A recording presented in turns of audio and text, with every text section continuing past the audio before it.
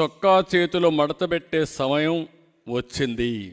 చొక్కా చేతులు మడత పెడతాడంట. నువ్వు మీ వైసీపీ కార్యకర్తలు చొక్కాలు మడత పెడితే మా టీడీపీ కార్యకర్తలు, జన సైనికులు, ప్రజలు కుర్చీలు మడత పెడతారు. ఈరోజు సభలో మాట్లాడుతూ చొక్కా చేతులు మడత పెట్టే సమయం వచ్చింది. నువ్వు మీ వైసీపీ కార్యకర్తలు చొక్కాలు మడత పెడితే మా టీడీపీ కార్యకర్తలు, జన సైనికులు, ప్రజలు కుర్చీలు మడత పెడతారు. అందరూ కుర్చీలు మడత పెడితే ఏమవుతుందో తెలుసా? జగన్ రెడ్డి నీ కుర్చీ లేకుండా పోతుంది. ఎన్నికలంటే ద్వంద్వ యుద్ధం.